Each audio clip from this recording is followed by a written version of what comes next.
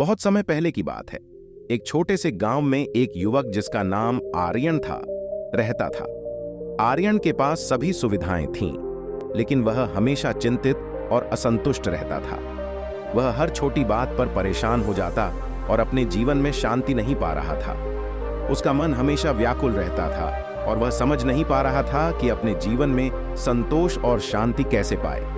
एक दिन आर्यन को पता चला कि निकटवर्ती जंगल में एक बौद्ध भिक्षु भंते अनंद ध्यान करने आए हैं। आर्यन ने सोचा कि शायद उन्हें मिलकर उनके जीवन में शांति मिल सके। आर्यन भिक्षु के पास गया और उनसे पूछा, भंते, मैं अपने जीवन में शांति और संतोष कैसे प्राप्त कर सकता हूं?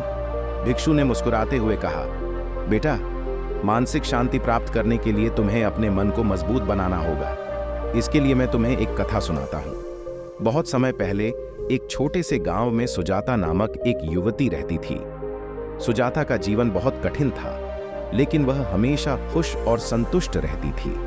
लोग उसे देखकर प्रेरित होते थे और उसके शांत मन के बारे में पूछते थे। सुजाता का परिवार बहुत गरीब था। उसके पिता किसान थे, लेकिन खेती से अधिक आय नहीं होती थी। इसके बावजूद सुजाता हमेशा मुस्कुराती रहती थी और अपने परिवार की मदद करती थी। एक दिन गांव में बाढ़ आ गई और सुजाता के घर का काफी नुकसान हो गया। लोगों ने सोचा कि सुजाता अब परेशान हो जाएगी, लेकिन वह शांत और धैर्यपूर्ण रही। मानसिक शांति का रहस्य लोगों ने उससे पूछा, तुम इतनी विपत्ति में भी कैसे शांत रह सकती हो? सुजाता ने मुस्कुराते हुए जवाब दिया, यह मेरे मन की शक्ति है। जब हम किसी स्थिति को स्वीकार कर लेते हैं तो हमारे मन को शांति मिलती है।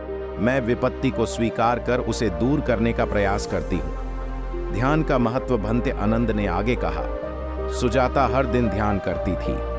ध्यान के माध्यम से वह अपने मन को नियंत्रित करती थी और अपनी चिंताओं से मुक्त हो जाती थी। ध्यान से हमें आत्मज्ञान मिलता है और हमारी मानसिक शक्ति बढ़ती है।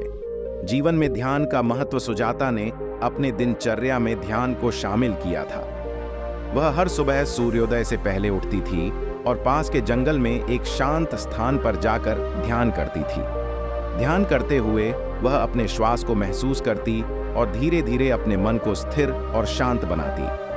ध्यान के बाद वह हमेशा एक नई ऊर्जा और सकारात्मकता के साथ अपने दिन की शुरुआत करती थी। दृष्टिकोण में परिवर्तन भिक्षु ने बताया। सुजाता ने सिखाया कि हमें जीवन की हर स्थिति को एक अवसर के रूप में देखना चाहिए। जब हम समस्याओं को चुनौतियों के रूप में स्वीकार करते हैं तो हमारा मन मजबूत बनता है। सकारात्मक दृष्टिकोण से हम हर स्थिति में खुद को बेहतर बना सकते हैं। धैर्य और अनुशासन। मानसिक शक्ति पाने के लिए धैर्य और अनुशासन बहुत जरूरी है, भंते ने कहा। सुजाता ने अपने जीवन में नियमितता और अनुशासन को अपनाया। उसने अपने दिनचर्या में ध्यान, योग और आत्मसंयम को शामिल किया।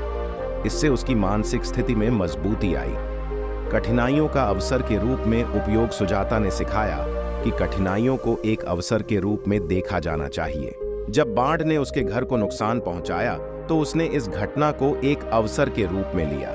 उसने सोचा कि अब उसे अपने घर को और भी मजबूत और सुरक्षित बनाने का मौका मिला है। उसने अपने गांव के लोगों के साथ मिलकर घर को फिर से बनाया और इस बार अधिक ध्यान और सुरक्षा उपायों के साथ। इस प्रक्रिया में उसने गांव के लोगों के साथ अपने संबंधों को और भी मजबूत किया।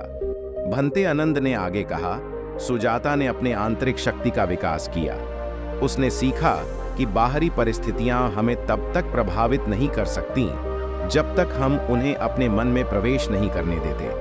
उसने अपने मन को इतना मजबूत बना लिया था कि कोई भी बाहरी विपत्ति उसे प्रभावित नहीं कर सकती थी। आर्यन ने भिक्षु की बातें मन में बिठा लीं और नियमित ध्यान करने लगा। उसने समझा कि आत्म स्वीकृति बहुत महत्वपूर्ण है। जब हम अपने आप को स्वीकार करते हैं तब हम अपनी कमजोरियों और कमियों को भी स्वीकार करते हैं। इससे हम उन्हें सुधारने की दिशा में काम कर सकते हैं और मानसिक रूप से मजबूत बन सकते हैं। आर्यन ने सीखा कि मानसिक शक्ति पाने के लिए सतत अभ्यास की आवश्यकता होती है। उसने हर दिन ध्यान और योग करना शुरू किया। शुरुआत में उसे कठिनाई हुई, लेकिन धीरे धीरे उसने इस प्रक्रिया का आनंद लेना शुरू कर दिया। उसने पाया कि ध्यान करने से उसके मन को शांति मिलती है और वह अपनी चिंताओं से मुक्त हो जाता है। आर्यन ने सीखा कि मानसिक शक्ति पाने के लिए जीवन में संतुलन बनाए रखना भी जरूरी है।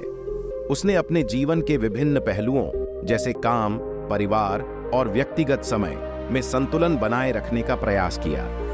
उसने पाया कि जब जीवन में संतुलन होता है तो मन भी शांत और संतुलित रहता है। आर्यन ने समाज की सेवा करने का भी निर्णय लिया।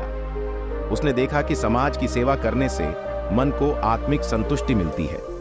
उसने अपने गांव के लोगों की मदद करना शुरू किया और धीरे धीरे उसने महसूस किया कि सेवा करने से उसे अपने जीवन में एक नई दिशा और उद्देश्य मिल रहा है।